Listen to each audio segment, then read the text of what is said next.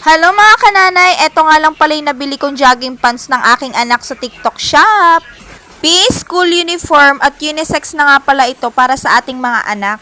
Marami na nga pala kayo dito pagpipili ang kulay. Meron na nga pala silang royal blue, red, maroon, golden yellow, emerald green at black.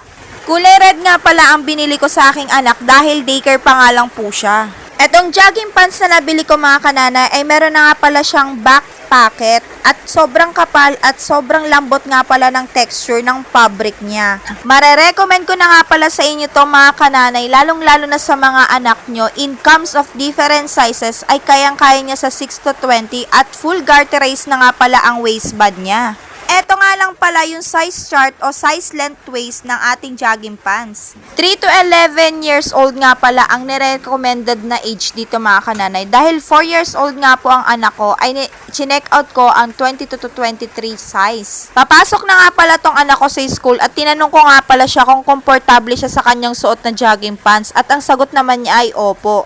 Kaya ano pang inaantay niyo mga kami? Kung gusto niyo mag-check out neto, ilalagay ko lang sa comment section ng link o kaya mag-check out kayo sa Yellow Basket ko.